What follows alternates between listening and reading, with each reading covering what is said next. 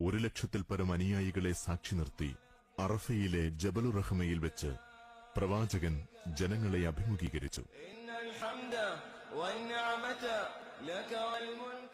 ജനങ്ങളെ, എന്റെ വാക്കുകൾ ശ്രദ്ധാപൂർവം ശ്രവിക്കുക. ഇനിയൊരിക്കൽ കൂടി ഇവിടെ വെച്ച് നിങ്ങളുമായി സന്ധിക്കാൻ സാധിക്കുമോ എന്ന് എനിക്കറിയില്ല. ജനങ്ങളെ, ഈ മാസവും ഈ ദിവസവും പവിത്രമായതുപോലെ നിങ്ങളുടെ രക്തവും ധനവും അന്ത്യനാൾ വരെ പവിത്രമാണ്.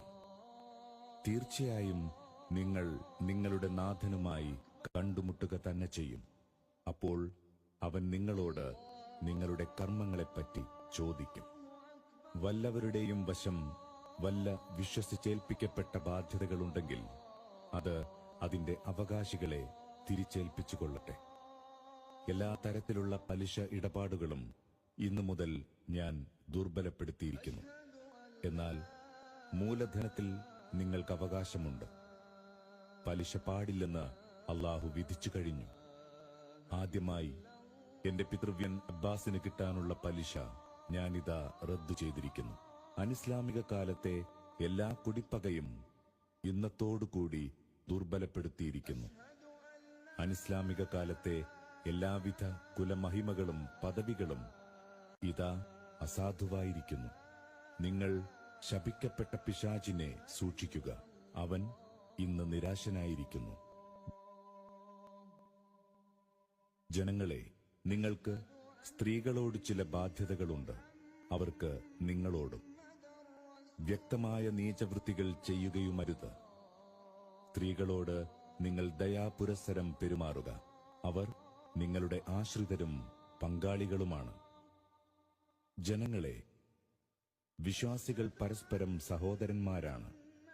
തന്റെ സഹോദരൻ മനസ്സംതൃപ്തിയോടുകൂടി തരുന്നതല്ലാതെ ആർക്കും ഒന്നും അനുവദനീയമല്ല. നിങ്ങൾ അന്യോന്യം ഹിംസകളിലേർപ്പെടാതിരിക്കുക. അങ്ങനെ ചെയ്താൽ നിങ്ങൾ സത്യനിഷേധികളായിത്തീരും. ജനങ്ങളെ, ഞാൻ ഇനി പറയുന്നത് സസൂക്ഷ്മം ശ്രവിക്കുക. നിങ്ങൾ ഈ പ്രപഞ്ചത്തിന്റെ സൃഷ്ടാവും പരിപാലകനുമായ അള്ളാഹുവിന് മാത്രം ആരാധനാ വഴിപാടുകൾ അർപ്പിക്കുക. 5 നേരത്തെ നമസ്കാരങ്ങൾ മുറ തെറ്റാതെ നിർവഹിക്കുക.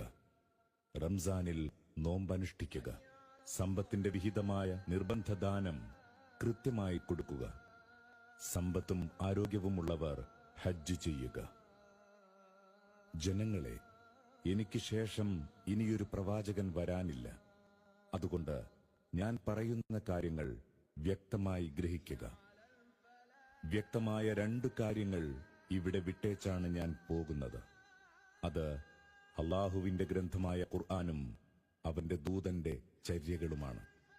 നിങ്ങളത് പൂർണ്ണമായി പിൻപറ്റുന്ന പക്ഷം നിങ്ങൾ ഒരിക്കലും വഴിപിഴയ്ക്കുകയില്ല. ജനങ്ങളെ, നിങ്ങളെല്ലാം ഒരേ പിതാവിന്റെ മക്കളാണ്. നിങ്ങളെല്ലാം ആദമിൽ നിന്നുള്ളവരാണ്. ആദമോ മണ്ണിൽ നിന്നും. അതിനാൽ അറബിക്ക് അനറബിയേക്കാളോ വെളുത്തവന് കറുത്തവനേക്കാളോ ഒട്ടും ശ്രേഷ്ഠതയില്ല, ദൈവഭക്തിയുടെ അടിസ്ഥാനത്തിലല്ലാതെ. ഞാൻ ഈ സന്ദേശം നിങ്ങൾക്ക് എത്തിച്ചു തന്നില്ലയോ? ജനങ്ങൾ ഒന്നടങ്കം പറഞ്ഞു, തീർച്ചയായും. പ്രവാചകൻ ആകാശത്തേക്ക് കൈയുയർത്തി, അല്ലാഹുവേ, നീ ഇതിന് സാക്ഷി. അറിയുക, ഈ സന്ദേശം കിട്ടിയവർ കിട്ടാത്തവർക്ക് ഇത് എത്തിച്ചു കൊടുക്കട്ടെ.